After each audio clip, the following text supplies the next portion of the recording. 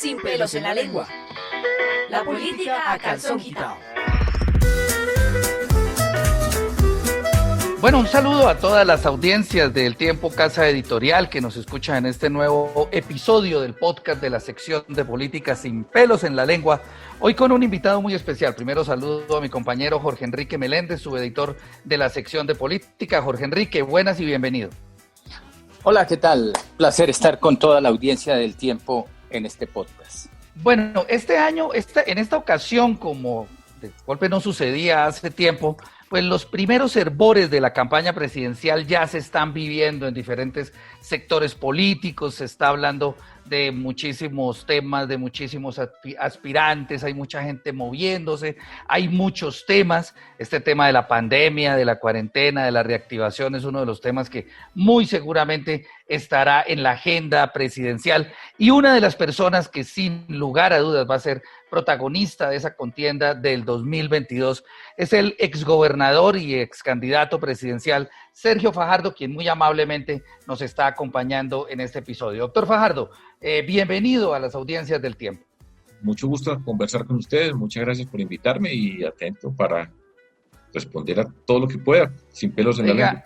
Oiga, doctor Fajardo, bueno, eso nos alegra, esa es la idea de esto es hablar sin pelos en la lengua, ¿no? Una pregunta, bueno, mucha gente se pregunta, bueno, ¿en qué anda Fajardo? Le preguntamos, doctor Fajardo, ¿en qué anda Fajardo? Pues, en dos cosas. Hay una que es mi trabajo formal, donde yo devengo mi sustento, y es como profesor del Tecnológico de Monterrey en México. Okay. Eso significa que yo tengo un contrato con el Tecnológico de Monterrey y estoy permanentemente participando en seminarios, en cursos, en charlas con los diferentes campuses de la universidad a través de todo México, y esa es una tarea que hago de profesor, exactamente. Okay. Esa es una actividad fundamental en todo mi trabajo y en mi vida. Todo eso online, me imagino. En este momento todo online. Físicamente, pues es imposible viajar a México. Claro. La universidad está físicamente cerrada, toda la educación es online y eso estoy haciendo yo. Oiga, ¿y ahí por ejemplo, usted da clases de matemáticas? ¿De qué da ahí clases usted? No, yo no doy clases de matemáticas ahora, doy clases de política pública, de liderazgo, de ejemplos de transformación, de discusión acerca del valor de lo público, de la política, de la ética en la política, etcétera. Eso es lo que yo hago a partir de toda la experiencia de estos 21 años de política, de vida de la vida política, de la vida pública. Esa es una actividad central, repito, y la hago con mucho gusto y me gusta mucho hacerla. La otra es la actividad política, la organización física de nuestro movimiento Compromiso Ciudadano por todo Colombia, organizando equipos por todo el país. Eso significa grupos de personas con quienes trabajamos, que están organizadas, que tienen tareas, hay unas responsabilidades, hacemos seguimiento y vamos recogiendo lo que ocurre en las regiones, lo que pasa en cada región, y al mismo tiempo enriqueciendo nuestra propuesta, la construcción de nuestra propuesta para todo el país. Eso significa que en estos tiempos de pandemia, pues hemos hecho una cantidad gigantesca de reuniones virtuales con personas por todas las regiones, personas de diferentes orígenes, cumpliendo con algo que nos propusimos hacer este año, que de hecho pues el objetivo era físicamente visitar las regiones, ir a los territorios, hacer algo que no se hace muy a menudo en política, que es escuchar. Claro. Entender mejor cada región, ampliar nuestro conocimiento, y en lugar de lo que pasa habitualmente también en política, que es ir a predicar en el contexto de una campaña electoral para conseguir personas que sean seguidoras o para que voten eventualmente por uno. Y eso lo hemos venido haciendo por todo el país, con diferentes grupos, con maestras, maestros, personas de diferentes posiciones de la sociedad civil. Esa es una tarea que estamos haciendo. Le cuento más. A ver, cuente. Al mismo tiempo estamos trabajando en diferentes temas que tienen que ver con el país hoy, entendiendo la naturaleza de esta pandemia, lo que ocurre, las dificultades que están pasando tantas personas, estructurando nuestro pensamiento alrededor de diferentes temas para hacer planteamientos que tengan que ver con la realidad que está viviendo tantas personas en nuestro país. Dentro del contexto de todo eso, hemos venido haciendo escuelas políticas por todas las regiones, discutiendo, aprendiendo, transformándonos, y esa es esencialmente la actividad que hemos hecho. Por ejemplo, presentamos una propuesta para evitar la deserción de estudiantes de la educación superior por razones de la pandemia, por razones económicas, la condición de jóvenes en zonas vulnerables de nuestro país, que tiene que ver con lo que ha sido el asesinatos de muchas personas. Al mismo tiempo presentamos una propuesta de empleo de emergencia ya, estamos trabajando en diferentes temas y esa ha sido pues la tarea fundamental este año. Óigame, una cosa, bueno, es que usted lo decía, en política poco se escucha y ustedes están haciendo ese ejercicio de escuchar a la gente en las regiones y de ver cuáles son las necesidades de las comunidades. Pero digamos, bueno, esto tiene que tener una fecha límite. Es decir, ¿cuándo va a ser la fecha límite en que ya usted va a recoger todo lo que están escuchando, va a crear una propuesta y se va a lanzar a la presidencia? Pues mire, todo eso va por etapas, ¿sí? Eventualmente la carrera presidencial empezará el año entrante. En marzo, con un año de anticipación, ya se estarán ventilando lo que van a ser formalmente, por ejemplo, las candidaturas al Congreso de la República. Eso es parte fundamental pues, de lo que tiene que ver con las elecciones del 2022. Pero nosotros todos los días vamos avanzando en la construcción de nuestra propuesta. Por supuesto, estamos ante un ambiente cambiante. Las condiciones de la pandemia nos han puesto de frente con unos problemas tremendos que tiene la sociedad colombiana, problemas asociados con las desigualdades, la pobreza, por supuesto, la corrupción, toda una cantidad de sufrimientos que tiene la sociedad colombiana, la informalidad, el desempleo, que tiene unas cifras que yo no vacilo en calificar como una emergencia social muy grande, el desempleo de las mujeres, el desempleo de tantos jóvenes. Entonces, sobre todo eso vamos trabajando, vamos construyendo la propuesta paso por paso y todo esto hace parte pues, de una actividad política, pero fundamentalmente concentrados en entender, ampliar la visión de las regiones y conectarnos con lo que está pasando hoy en el día a día en un país que tiene tantas necesidades, tantas dificultades y nosotros tenemos que conectarnos con la gente. O sea, digamos, oiga, usted dice que va paso a paso, doctor Fajardo, pero está hablando ya incluso de listas al Congreso. Es decir, ¿usted ya está mirando listas para el Congreso? ¿Están pensando ya en esa posibilidad?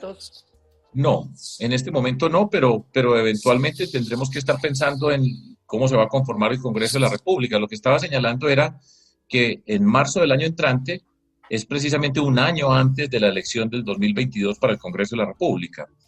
Pero pues el recorrido que vamos haciendo por todas partes, conocemos personas que comparten ideas, en fin, pero no es pues un proceso formal de elaboración de listas en este momento, ¿no? Pero usted estuvo en la pasada contienda, acompañó, apoyó al señor Iván Marulanda, y el señor Iván Marulanda ya ahora dijo, chao, me abro, me voy. ¿Eso no lo pone usted a pensar un poco precisamente en la conformación de esa lista para el próximo año? No, el hecho de que Iván Marulanda tenga una aspiración dentro del Partido Verde, que quiera aspirar a ser el candidato del Partido Verde y ser presidente de la República, eso no significa que tenga que pensar en algo especial. Se tiene que pensar acerca de las listas del Congreso de la República. Como ya les dije, hay un horizonte y nosotros estamos haciendo un trabajo y ese es el trabajo que estamos haciendo juiciosamente, con cuidado, en el espíritu de la manera nuestra de hacer política y ahí vamos recorriendo, tranquilos. Oiga, doctor Fajardo, pero digamos, mucha gente se pregunta si hay como una separación en realidad entre Iván Marulanda y usted, o digamos hay como una labor ahí de que trabajen por diferentes caminos para llegar a una confluencia en algún momento. ¿Cómo es eso? Algo así, doctor Fajardo, como usted que es ciclista, eso que sale uno adelante y para más adelante lo jale. No, eso no es cierto y no es el hecho de que él esté aspirando dentro del Partido Verde no es una decisión que tomamos de manera conjunta. Sin duda, pues durante los últimos 10 años trabajamos juntos. Yo invité hace 10 años a Iván Marulanda, que estaba retirado de la actividad política y pública, a que participara con nosotros para la gobernación de Antioquia. Lo invité a que participara en mi campaña. Después lo invité y fue un asesor importante de la gobernación y trabajamos juntos. Después, dentro de todo este recorrido, participó en representación de Compromiso Ciudadano conmigo en la construcción de la propuesta de la Coalición Colombia con el Polo Democrático y la Alianza Verde, y después nosotros lo escogimos para que fuera participar en la lista de la Alianza Verde para aspirar al Congreso, porque nosotros no teníamos la personería jurídica, y allá llegó a participar y tomó una decisión y anunció que él quería ser candidato presidencial por el Partido Verde, y esa fue su decisión personal y no es ningún arreglo previo ni como sugiere Jorge Enrique que eventualmente sale a jalar para después esperar. No es así, esa es una decisión de él y es legítima, por supuesto. ¿Y usted qué opina de eso? Cada quien escoge su camino en la vida, nosotros trabajamos juntos. Él dijo, por ejemplo, que el día que se inscribió como candidato ya se consideraba por fuera de nosotros. Eso causó un poco de sorpresa en las personas de Compromiso Ciudadano, pues porque lo han admirado, ha sido una persona importante, lo han acompañado, pero es una decisión personal, está dentro del Partido Verde y él quiere ser el presidente de Colombia y tiene todo el derecho y tiene, pues, dentro del Partido Verde, jugará con las reglas que tiene el Partido Verde y seguro que compartimos muchísimas cosas en la vida. Pero Una digamos, cosa que se mueve, perdón Juan Francisco, una cosa que se Ajá. mueve mucho en las campañas, doctor Fajardo, es precisamente lo que tiene que ver con las coaliciones, con formar esos grupos. Y siempre los cuestionamientos es que dice todo el mundo, coaliciones, pero en torno a mi nombre. Hoy yo sé que estamos todavía distantes de la campaña, pero ¿está dentro de Sergio Fajardo la posibilidad de participar en unas consultas internas, en armar coaliciones? Sí, yo creo que es importante y nosotros lo hemos hecho. No se les olvide que la vez pasada nosotros construimos una coalición. Además, yo creo que fue la coalición más sólida de todas las que se construyó. sí, la Fue coalición con la Colombia, Alianza ¿no? Verde, Claro. con Claudia López en representación del Partido Verde dentro de esa discusión, con el Polo Democrático, con Jorge Robledo en representación del Polo Democrático. Nosotros trabajamos todo el año 2017, construimos una propuesta, hicimos un programa, lo presentamos y en ese grupo me escogieron a mí como candidato a la presidencia. Jorge Robledo fue la persona que lideró las listas del Polo Democrático y sacó una votación pues, muy destacada en nuestro país, la tercera votación después de Álvaro Uribe de Como Antanas Mocus, que estuvo 220 dentro mil del votos. muchos votos y con Claudia Claro. López trabajamos y ella fue mi candidata a la vicepresidencia. O sea, nosotros hicimos una coalición y las coaliciones son importantes y hay que saberlas hacer y yo creo que para lo que viene a continuación, pues eventualmente haremos una coalición. Pero todavía falta camino por recorrer. La gente yo no creo que esté en este proceso pues enloquecida de candidatos presidenciales. Ahora hay un montón de personas que quieren ser, lo cual es legítimo en una democracia y necesario. Pero yo creo que falta camino por recorrer para entender muchas cosas, conectarse con la gente, como les digo, aquí vivimos una cantidad de tragedias, la dimensión de la pobreza que tenemos, el retroceso que está teniendo el país con respecto a las desigualdades, la pobreza absoluta, el desempleo, en fin, entonces yo creo que tenemos que sintonizarnos con la gente y no pensar que todo el mundo está todo el día hablando de política y este y aquel y quién con quién, etcétera. Yo creo que hay que ir con calma y precisamente pues eso es lo que nosotros hacemos y tratamos de participar juiciosamente dentro de todo eso. Oiga, doctor Aquí Fajardo, con calma, pero la campaña ya empezó, Doc. Todo el mundo anda en campaña, ¿o me equivoco? Pues depende de la definición de campaña, pero nosotros estamos haciendo política. Y como les digo, estamos construyendo una propuesta para el país, estamos avanzando sobre el tema de las regiones, vamos elaborando en ideas acerca de lo que debe venir para Colombia, qué quiere decir una apuesta por el desarrollo rural en nuestro país, que es una urgencia, hacer, por ejemplo, de la seguridad alimentaria un proyecto estratégico para nuestro país, todo lo que tiene que ver con el cambio climático, el desarrollo ambiental de nuestra sociedad, como les decía, cómo aparece la educación, el conocimiento para todo el desarrollo de lo que nosotros queremos hacer, el empleo como un eje que nos permite ver las debilidades profundas de nuestra sociedad colombiana, acerca de la informalidad, la construcción de un tejido social, una red de tejido social que apoye a tantas personas que están sufriendo, toda la apuesta por el desarrollo de jóvenes, la apuesta por la equidad de género, la participación de las mujeres, todo eso lo vamos haciendo, lo vamos trabajando. Tendremos que reflexionar acerca de la salud con respecto a lo que las lecciones que nos deja la pandemia, preocuparnos por lo que puede pasar con la vacuna. En fin, son una cantidad de elementos que tenemos que ir considerando, estudiando, mirando, reflexionando, explicando, y eso es hacer política. Y está bien, y todo el que quiera participar, pues que participe y hará su política, y así lo hacemos, como lo hemos hecho siempre, además, juiciosamente, serios, concentrados, y ya. Sí. No tiene tanto Oiga, misterio. Fajardo, una consulta. Digamos, dentro de los sectores alternativos que están sonando para la presidencia del 2022, usted decía ahorita, hay muchas personas aspirando en ese legítimo derecho y como siempre sucede, además en todos los países, pero digamos dentro de los sectores alternativos en Colombia, sin duda, hay dos fuerzas que fueron las que estuvieron en contienda en el 2018 y que muy seguramente serán protagonistas en el 2022, que es la suya por un lado y por el otro lado la de Gustavo Petro. ¿Cómo anda la relación con Petro? ¿Se han vuelto a hablar? ¿Hay puntos en común? ¿Cómo está viendo usted eso? Mire, yo lo he señalado en múltiples oportunidades. Yo creo que no tengo duda de que en el 2022 va a haber un cambio en la conducción del Estado colombiano. El capítulo del Centro Democrático, que ha gobernado prácticamente todo este siglo, que han estado en el poder, todas las personas que han estado en la presidencia han estado asociadas con el Centro Democrático en cabeza del expresidente Álvaro Uribe, quien ha sido la persona que las ha liderado. Yo creo que ese capítulo se cierra ahora. Se cierra con un gobierno que no ha estado a la altura o que ya no tiene nada más que ofrecer y viene una nueva política en Colombia, una nueva forma de conducir el Estado colombiano y yo creo que eso es lo que va a pasar y sobre eso estamos trabajando. También he señalado que tenemos que hacer una convergencia por fuera de los extremos para liderar esa nueva página que se tiene que escribir en el mundo de la política en Colombia, en la conducción del Estado colombiano. Ya les señalé algunos de los temas anteriormente sobre los cuales estamos trabajando.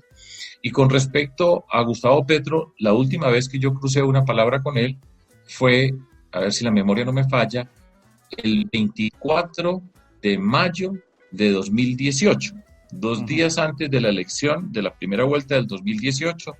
Si mi memoria no me falla, repito, ese era un viernes y lo último que tuvimos fue un debate en el canal Caracol y a las 10 de la noche nos despedimos de todos los candidatos y todas las personas que estábamos ahí y esa fue la última vez que yo hablé con Gustavo Petro.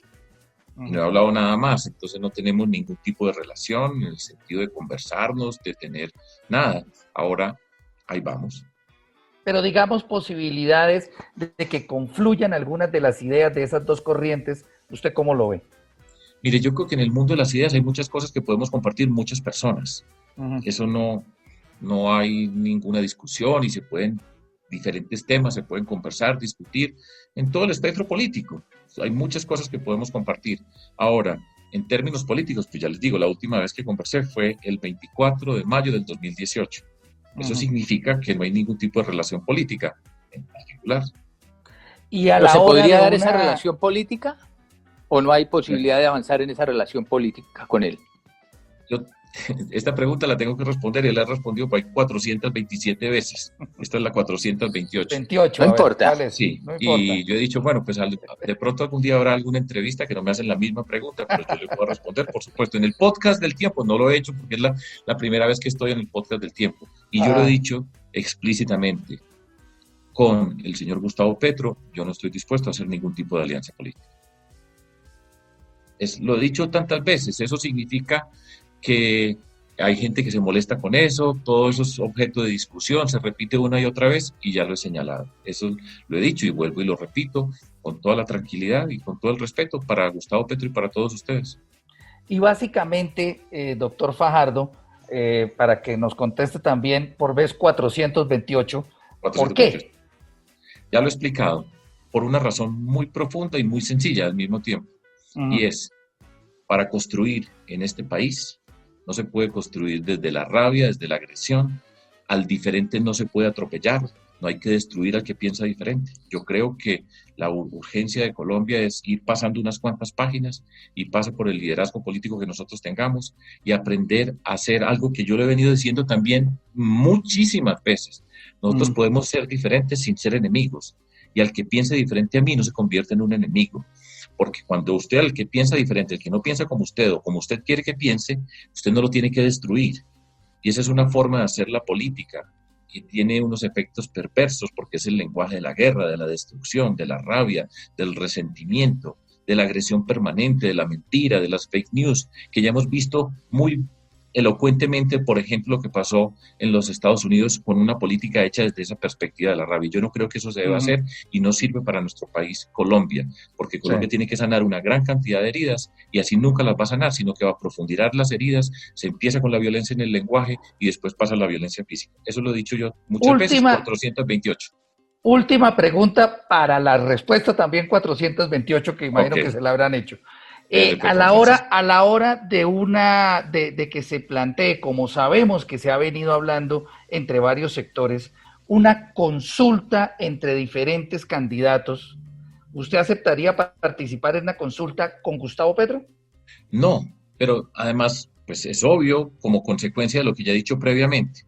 Voy a citar a Jorge Robledo. Recuerdo cuando construimos la Coalición Colombia, que fue un trabajo de construcción. Eso no fue que nos sentamos y dijimos, ya, listos, chao, venga que vamos para esto. No, eso requirió un proceso de conversar, de entender, de discutir, de muchas cosas de esa naturaleza, ¿sí? Y ya lo he dicho, pues la expresión que utilizaba Jorge Robledo es, que yo creo que es legítima, si nosotros aceptamos participar en una consulta, es porque nos consideramos reemplazables el uno por el otro, y estar dispuesto a participar significa que compartimos.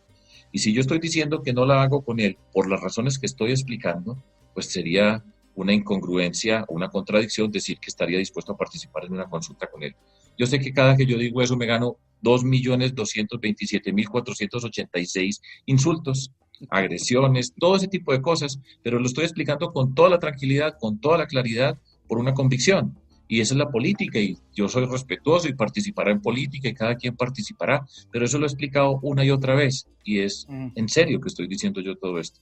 Yo creo que Colombia necesita una forma de la política distinta para construir, porque, repito, nosotros no tenemos que destruir lo que hay para poder construir otras cosas, sino tenemos que ser capaces de construir, entender a mucha gente que tiene dificultades en Colombia, a muchas personas que piensan distinto, y este es el país que nosotros lo merecemos. Y en medio de todas estas dificultades, apostarle al desarrollo de una clase media que está sufriendo, la pobreza que está aumentando. Todos los estudios señalan los retrocesos que tiene socialmente Colombia. Todo eso lo podemos hacer en nuestro país desde una perspectiva distinta. Y eso es lo que nosotros representamos en política, lo que yo creo que se necesita para la política en Colombia. Además, creo que muchas personas en Colombia, así podamos discrepar en diferentes aspectos, podemos estar de acuerdo que la política tiene que tener unos elementos esenciales de decencia, de respeto, de cuidado por el diferente. Es que podemos ser diferentes, eso no tiene nada de malo, es necesario, es legítimo, pero la forma como tramitamos las diferencias marca el carácter de la sociedad que nosotros queremos construir en Colombia. Óigame, doctor Fajardo, se dice que en Colombia la gente está cansada de los extremos. ¿Es Sergio Fajardo el candidato de centro que podría estar pensando los colombianos? Yo estoy por fuera de los extremos y hemos hecho política 21 años y hemos venido recorriendo un camino coherente y consistente durante todos estos años. Y me he comportado de una manera que está asociada con los principios que nosotros representamos y que queremos representar para la sociedad colombiana. Y en esa discusión política, pues como representante de Compromiso Ciudadano y articulados con muchas personas, pues le presentamos al país una propuesta y esperamos que esa sea la propuesta que conduce a Colombia.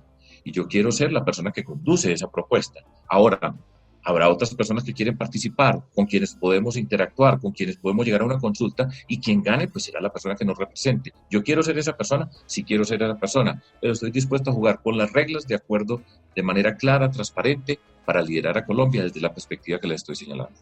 Óigame, doctor Fajardo, hay quienes lo cuestionan a usted, dicen que usted es tibio. ¿Qué le responde a ustedes a quienes dicen que usted es tibio? Pues absolutamente nada distinto a decir, esto que le estoy diciendo yo es la forma como nosotros entendemos la política. Ser respetuoso de la gente, reconocer a las personas, tener solidaridad, tener empatía. ¿Usted lo considera que eso es ser tibio? Pues ese es el calificativo que usted le quiere asignar, y a mí no me mortifica absolutamente para nada. Esta es una forma de hacer la política, repito, esta es la que hemos hecho siempre, hemos tenido muchos éxitos, hemos enfrentado contratiempos, hemos perdido y hemos sido respetuosos siempre. Si eso es ser tibio, yo soy tibio tranquilamente y no hay ningún problema, no me molesta, no me ofusca, no me siento agredido, a nadie voy a insultar porque me diga tibio, soy respetuoso de todas las personas, no hay nadie que pueda decir que yo la maltrato, no soy agresivo en el trato con las personas, eso es lo que yo soy, eso es lo que nosotros representamos y yo creo que eso es lo que necesita Colombia. Ahora, si le parece bien decirme tibio, pues allá usted o quien lo diga, no hay problema, eso no. ¿Qué pasa? Nada. No, yo solo le estoy diciendo lo que dice la gente, pero bueno, siguiendo con nuestro tema. Pero por eso le digo, lo que dice la gente, yo le estoy contestando, esto es tranquilo, no hay problema. Bueno, listo. Óigame, hay casos como el de Hidroituango en el que han querido meterlo a usted, algunos casos en Antioquia. ¿Siente que ya hay preocupación y quieren empezar a atravesarle a usted palos en la rueda que llamarían? Pues palos en la rueda desde el día cero, y ya son 21 años. Y hemos trabajado, he gobernado, he actuado con transparencia. Los gobiernos que yo he liderado han sido escogidos como los mejores en Colombia como alcalde, como gobernador. Sacamos las notas más altas en el índice de gobierno abierto, Transparencia Internacional, las calificaciones sobre todo lo que nosotros hicimos. Ahí están las calificaciones para hacer. Y yo he venido respondiendo por todas y cada una de mis actuaciones en la vida política y pública. Ahora, estamos en un mundo donde hay mentiras, hay agresiones, la expresión fake news, todo ese tipo de cosas hace parte de las forma de actuar de muchas personas en el mundo de la política, no mías, nunca mías. Usted no me han escuchado jamás a mí estar agrediendo a una persona, diciéndole a una persona algo que yo considere falso con tal de sacar un beneficio para mí, porque esa es la política del todo vale, y eso está asociado con esa forma de la política de destruir al diferente. Respetar a las personas es fundamental en nuestro país, y entre otras respetar es no salir a decir cualquier cosa sobre cualquier individuo con tal de ganarle, porque ese no es el objetivo de la política que nosotros queremos hacer. Política hecha de esa manera, pues usted se imagina cómo se gobierna cuando se usa la trampa y la agresión para gobernar.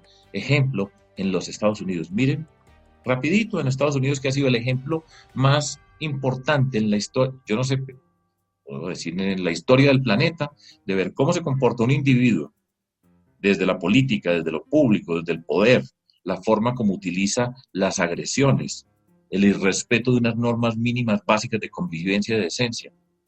Eso ya lo hemos visto, y eso no puede ser. Entonces yo respondo por todas y cada una de mis actuaciones, por todas y cada una de las actuaciones he respondido, y en general he sido respetuoso con todas las personas, con quienes me investigan, con todo lo que he hecho en la vida pública. Yo sé que ruedas en el palo, palos en la rueda, perdón, es el pan de cada día en el mundo de la política, pero además hay algo que yo quiero reiterar, y es el comportamiento que yo tengo refleja lo que yo soy. Y no hay nadie también que diga, Fajardo ha dicho de esta persona una mentira o le inventó esto para hacerle daño y para sacarle ventaja. Yo no creo en eso y no lo he hecho. Óigame, doctor, usted dice... Perdón, usted dice que porque 428 veces ha dicho que no se acerca a Petro. Eventualmente, yo no sé si habrá dicho también 428 veces, le pregunto, ¿podría ser más cercano o existir más posibilidad de que usted eventualmente terminara más cerca del uribismo? Pero ya lo he explicado, que no. Y también lo explico, Jorge Enrique, y vuelvo y digo, no. Nosotros no hacemos parte del proyecto del Centro Democrático del uribismo. En política hemos competido. Fíjense usted que todas las elecciones en las que yo he sido candidato, nos hemos enfrentado a candidatos del llamado uribismo, desde la alcaldía de Medellín, en el año 2000, en el 2003. Participamos y ganamos como una propuesta independiente, alternativa, por fuera de la organización política del expresidente Álvaro Uribe. Lo mismo en la gobernación. En la campaña presidencial con Antanas Bocus, en la Ola Verde, que yo fui candidato a la vicepresidencia, competimos con Juan Manuel Santos, que era el candidato de Álvaro Uribe. En las elecciones de 2018 competimos con el candidato de Álvaro Uribe, que era Iván Duque. Entonces, pues esa es una forma de decir que porque no estoy con alguien, entonces tengo que estar con el otro, y esa es precisamente la forma errónea de la política, esa es la política de la polarización, esa es la política de los extremos, donde pretende dividir el mundo en dos, usted está con él o en contra, no hay nada diferente de estar con alguien o en contra de esa persona, y no es así. No he estado en el uribismo, no he participado en el uribismo, y no voy a participar en el uribismo, así de sencillo, ya los he dicho, aquí se acaba en el 2022, en términos políticos, la supremacía política que ha tenido alrededor de la figura del expresidente Álvaro Uribe, en este momento el Centro Democrático, y se acaba, y nosotros queremos ser quienes lideramos eso. Está confuso lo que estoy explicando. ¿Hay algo que no se entienda de lo que estoy explicando? Yo creo que está clarísimo. Oiga, doctor Fajardo, una pregunta, digamos, más allá de este tema partidista. Pues usted sabe muy bien, porque usted nos decía al principio que han venido haciendo reuniones en las regiones, encuentros, escuchando a la gente. Yo creo que usted debe tener clarísimo que el principal reclamo de la gente en este momento es la recuperación económica tras este tema de la pandemia. O sea, ese es un tema que obligatoriamente tendrá que estar en la agenda de los candidatos. ¿Cómo está viendo usted eso? ¿Qué le va a proponer a los colombianos? Vamos en orden, y Juan Francisco. Primero, sin duda, y ya lo señalé ahora en esta misma conversación, la situación de desempleo que tiene Colombia es una emergencia social de un tamaño que no alcanzamos a imaginar y que está asociado con la profundización de las desigualdades sociales en nuestro país, con el aumento de la pobreza en sus múltiples dimensiones, con la informalidad del mundo laboral que está asociada con ese desempleo y con el sufrimiento de tantas familias, de todas las condiciones sociales, esas familias de clase media que han hecho un esfuerzo extraordinario para que sus hijos, hijas estudien, para ir avanzando, para ir construyendo, tantas personas que necesitan el apoyo de una red social del Estado colombiano para acompañarlas, para abandonar la pobreza. Todo eso es una urgencia profunda del país. Pero quiero señalar algo antes de decir otro par de palabras, Juan Francisco. Sí, diga. Mire todas las encuestas en Colombia. Y usted ve en todas las encuestas acerca de lo que siente la gente, y está el desempleo, por supuesto, está la corrupción. En Colombia hay un profundo malestar con respecto a las instituciones, hay una desconfianza profunda de la institucionalidad colombiana que se expresa con un malestar profundo acerca de la corrupción, y por supuesto también hay preocupaciones grandes acerca de la seguridad ciudadana. Ese es otro de los temas que están preocupando a la gente. Y nosotros tenemos que dar respuestas alrededor de todo eso. Y en todas esas encuestas también hay una preocupación grande por el tema de la educación, que está asociada con el mundo de jóvenes. La generación joven que enfrenta hoy Colombia una cantidad de retos, que tiene una gran cantidad de incertidumbres, que no saben qué va a trabajar, que está directamente asociada con el tema del desempleo de jóvenes, el desempleo de mujeres. Todos esos son elementos que giran alrededor de lo que nosotros tenemos que proponerle al país. Dicho todo eso, entonces, nosotros, y yo no sé si ustedes han visto otros candidatos que estén haciendo este tipo de cosas, nosotros presentamos una propuesta que llamamos Plan de Empleo de Emergencia Ya, y presentamos una propuesta en la cual la dividimos en dos componentes, una componente asociada con la participación de los municipios, municipio por municipio, desde las regiones, para identificar el desempleo de las regiones, para hacer proyectos de emergencia para atender el desempleo en tantos municipios de nuestro país, articulados con las gobernaciones y con el gobierno nacional. Al mismo tiempo, un apoyo más decidido y profundo por las micro, pequeñas y medianas empresas en la articulación de las cadenas productivas de nuestro país que se están quedando rezagadas. Nosotros lo hicimos, lo escribimos, lo estudiamos, contexto del soporte de todas estas cosas, no un tuit o 2, 3 frases, sino ahí está el estudio. También hicimos el estudio y lo presentamos de hecho, esa propuesta del empleo de emergencia la presentamos en El Tiempo, para que ustedes seguramente la leyeron. Sí, es cierto. Y allá hace algunas semanas, sí. Y allá las presentamos, y también presentamos la propuesta de atender la emergencia de jóvenes en Colombia, que cuánta cantidad de jóvenes están quedando por fuera de la educación superior por razones económicas asociadas con la pandemia. Y todo esto que está pasando con la educación es una tragedia, en el sentido de que las personas que se quedan por fuera del estudio, que van a quedar por fuera, que nos ha desnudado al mismo tiempo más desigualdades en nuestro país, las desigualdades digitales, cómo las personas que no tienen unos recursos quedan más rezagadas y las personas privilegiadas tienen todas las condiciones para eventualmente continuar estudiando. Todo eso lo hemos hecho nosotros y lo estamos planteando. Ahora vamos avanzando, porque todavía falta camino por recorrer. Claro. Nosotros vamos a recibir un país, hay que entender cómo se va a recibir ese país. Esta pandemia, estamos en medio de unas dificultades muy grandes. En este momento nos tenemos que preocupar, por ejemplo, por la vacuna. No está claro para mí cómo va a ser el tema de las vacunas para nosotros en Colombia. Ya hay todos estos anuncios. No tengo, repito, todavía claro cómo va a ser ese tema de las vacunas, pero entre otras cosas, por ejemplo, nosotros en Colombia hoy tendríamos que estar discutiendo acerca de la capacidad del país para producir vacunas. Un país que antes producía vacunas y que se perdió esa capacidad. Esto de la pandemia es una expresión global que no es la primera y nos va a tocar y a ser parte de los signos que vienen en el mundo, de las cosas que van a pasar. ¿Dónde está la movilización científica apoyando la construcción, la capacidad del Estado colombiano para producir vacunas? Lo tiene Argentina, lo tiene Brasil, lo tiene México. Nosotros destruimos la capacidad que tenemos. Esa es una emergencia. Ya tendríamos que estar pensando cómo producirlas, cómo articularnos. O sea, todos esos son problemas del día a día. Y en eso somos los que nosotros estamos trabajando y lo estamos haciendo bien serio, juicioso, con todas estas cosas. Ok.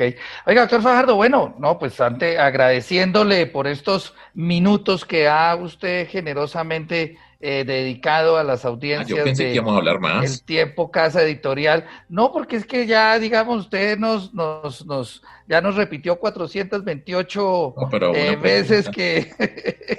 Óigame, no, pero no, oiga, unas Punte el número 428 para que jueguen un chance, póngale el 0 delante. Exacto, para que empiecen a jugar el chance. Óigame, usted ya va a recoger firmas, obviamente, ¿cierto? Tenemos que pensar bien cómo lo vamos a hacer. La recolección de firmas es una posibilidad, ya la hemos hecho. Yo ya he recogido firmas 2 veces para el tema nacional. estamos en una circunstancia extraordinaria. Esta pandemia, el hecho de poderse acercar a las personas, la forma como nosotros hemos hecho la política, como aprendimos a hacer la política, como yo aprendí, fue caminando. Yo he caminado por todo Colombia, pero muchos kilómetros, muchas personas, muchos volantes, escuchar a muchas personas, estrechar la mano, explicar lo que estamos haciendo, y se complica con esta pandemia, porque estamos en una situación muy trágica, muy difícil, y eso nos hace más difíciles las cosas, pero bueno, pues es parte de lo que nosotros tenemos que hacer, y eso es una posibilidad grande que tenemos, la recolección de firmas, pero todavía falta tiempo. Oiga, pero una consulta ya no hablando de política, sino de otros temas. Es que nos cuentan que está viviendo usted por acá en las afueras de Bogotá, como en una casita, en una la sabana de Bogotá, en la sabana, como en una cosa de esas. ¿Cómo es eso? Cuéntenos. No. Yo estoy viviendo en Bogotá desde junio del año pasado. ¿sí? Ajá, ya. Y estoy pues en mi apartamento en este momento. Ahora, durante la pandemia pasé una buena parte del tiempo en Boyacá, en un pequeño pueblo que se llama Sáchica, al lado de Villa de Leyva. Y ha sido una experiencia extraordinaria. Lo que yo he aprendido en estos 7 meses, por ejemplo, con respecto a la agricultura, entender lo que está pasando con los agricultores boyacenses, por ejemplo, asociados con el tema del cultivo de papa. La Sáchica crisis de la papa ahorita, claro. Por supuesto, y es una tragedia, y esto tiene que ver con el desarrollo rural y lo que le planteamos nosotros al país, lo que tenemos que plantear de seguridad alimentaria. Y Sáchica queda pegada a Samacá, que es un pueblo que precisamente boyacense, hay una agricultura extraordinaria dentro de todo eso, y Sáchica queda al lado de Sutamarchán, y queda al lado de Tinjacá, y queda al lado de Ráquira, y queda pues al lado de Villa de Leyva, de Cucaita, de Tunja, de toda una cantidad de lugares. He montado en bicicleta, he aprendido un montón acerca del pueblo boyacense, de los cultivos, de la agricultura, del tomate, del tomillo, del romero, de una cantidad de elementos que se producen en Boyacá, que es un departamento pues que es una gran despensa, que tiene esa capacidad sin duda. Con el esquema de la propiedad de la tierra, los campesinos boyacenses, y nosotros tenemos que poner atención. Entonces, sí pasé por allá cerca de 7 meses, aprendí muchísimo, monté en bicicleta por todos esos lugares, y yo les recomiendo que vayan y coman morcilla rellena en Sutamarchán, arepas en Tinjacá. Sí, ¿cómo se llama esto? El cocido boyacense, ¿cómo le fue con eso? Gallina en Sáchica, que es el plato de Sáchica, en fin, todo ese tipo de cosas están por allá, y ha sido un periodo, pues en medio de tantas dificultades, la gente la tiene, pero yo he aprendido mucho, y es una experiencia única haber vivido en Boyacá todo ese tiempo. Y le cuento una cosa. Señor. Le cuento adicionalmente una cosa. Sí, cuente. Mi abuelo Fajardo, a quien yo no conocí porque se murió cuando mi papá tenía 10 años, mi abuelo Fajardo era boyacense. Los Fajardo originalmente vienen de Chiquinquirá, que queda ahí cerquita también de donde estábamos nosotros. Y pues fue una experiencia muy bonita. Es un pueblo que a mí me llama mucho la atención, y tiene que ver con el país, y el tema de la agricultura, por ejemplo, allá está, y hay que mirar lo que está pasando con los cultivadores de papa y de tantos otros productos de nuestro país. ¿Y no pasó por la Virgen de Chiquinquirá en esos recorridos? No, pedirle yo para fui a 2022. Chiquinquirá en una oportunidad, y he ido a Chiquinquirá y he entrado a la iglesia de Chiquinquirá, etcétera, en silencio, tranquilo, y he montado en bicicleta, y yo por allá he montado solo, y en Sutamarchán me saludan, y voy por ahí, y la gente es muy querida, y aprendí mucho, y me sirvió mucho en términos personales, de entender muchas cosas, de reflexionar, de entender la dimensión de todo, muchas cosas. O sea que en medio de este tiempo extraordinario, doloroso para tantas personas, para lo que estamos viviendo, a mí me sirvió todo este tiempo vivido en Boyacá. Pues bueno, doctor Fajardo, oiga, si uno hiciera como una síntesis de esta charla, uno podría decir que usted está construyendo una propuesta para hacerle al país, que está realizando unos encuentros regionales para escuchar a la gente, que el próximo año recogerá todas esas propuestas, ideas, y obviamente se lanzará a la presidencia. No lo tiene todavía muy claro si con firmas o de pronto con el aval de alguna colectividad que lo tenga, que está mirando también lo del tema de las listas al Congreso, o sea, que puede haber una lista de compromiso ciudadano también apoyada en firmas, ¿no? Esa también es una también opción. O con otros grupos, o sea, todo eso está por abrir, claro. Pero no se le olvide una cosa, haciendo una política que es la consecuencia de 21 años de estar haciendo política, una política por fuera de los extremos, que cree en el respeto, que cree en respetar al diferente para construir un país que necesita una forma distinta de relacionarnos. Todo eso. Y que usted, como lo ha repetido tantas veces, ni con Petro, ni con Uribe, sino en el centro. 429. Ya con la de hoy fueron No, ya está la 430. No, pero bueno. Pero doctor Oiga, Fajardo, yo sí le digo una cosa, Usted decía ahorita algo que es muy cierto. 21 años en la política y le meten palos en la rueda, ¿sí? Esa es una realidad de la política. Pero yo le digo que hay otra realidad, y es repetir y repetir el mensaje las veces que sea necesario. Eso es cierto, Juan Francisco. Tiene toda la razón. Y hay que explicar muy bien muchas cosas, y hay que tomarse el tiempo para explicar y para decirle a la gente, para construir lo más importante, que se llama confianza. Todos esos palos en la rueda, todas esas cosas que se hacen, es porque quieren destruir. Cuando usted sabe que la gente tiene confianza en uno, cuando uno inspira respeto, que es una palabra muy importante, cuando uno está hablando de principios y valores en la construcción de una sociedad, parte de lo que quieren los enemigos políticos es destruir la confianza, porque usted sabe que la confianza no vende. La confianza es una construcción y que se hace por los años, por la trayectoria, por la forma como usted responde hoy, como respondió hace 2 años, hace 3 años, hace 5 años, lo que ha dicho, cómo ha explicado, y eso significa construir confianza.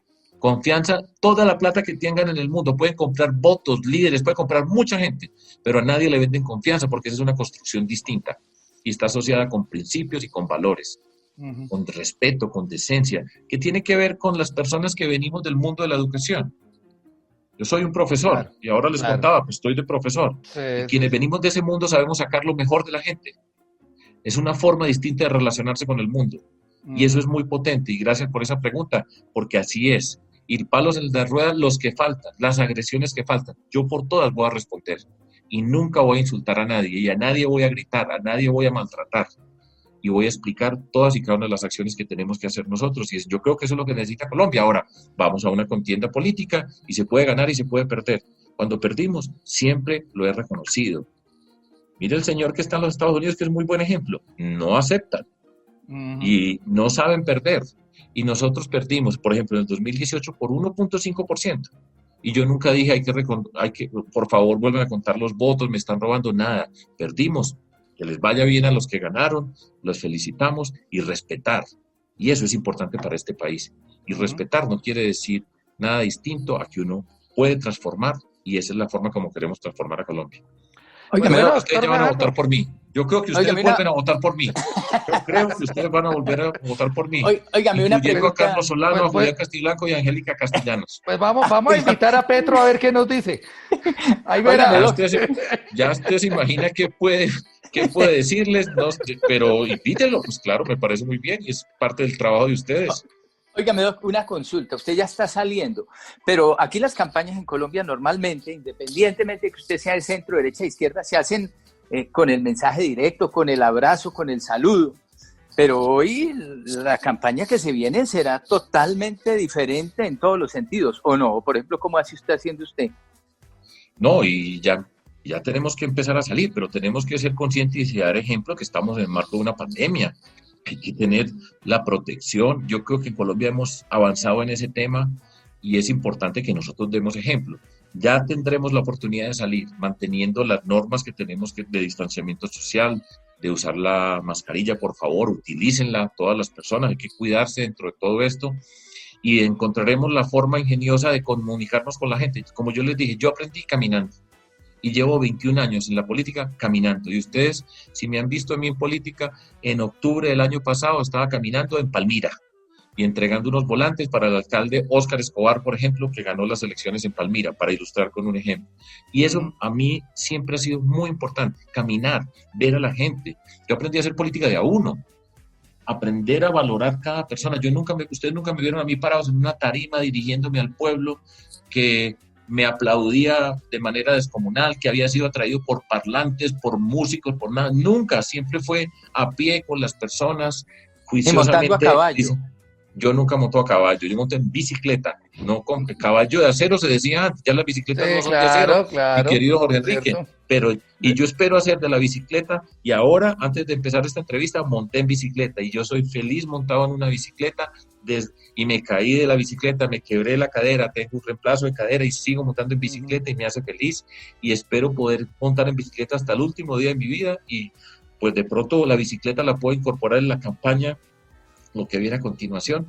Pero bueno, bien, esto es el mundo y es la política y se puede hacer bien y en la medida de lo posible pues disfrutar, porque este mundo tiene muchas amarguras, todo ese mundo violento pues es desagradable, pero tenemos esa responsabilidad y esa fue la vida que yo escogí después de tantos años y ya llegué grande a este mundo y sigo, me voy transformando, voy aprendiendo y estoy contento.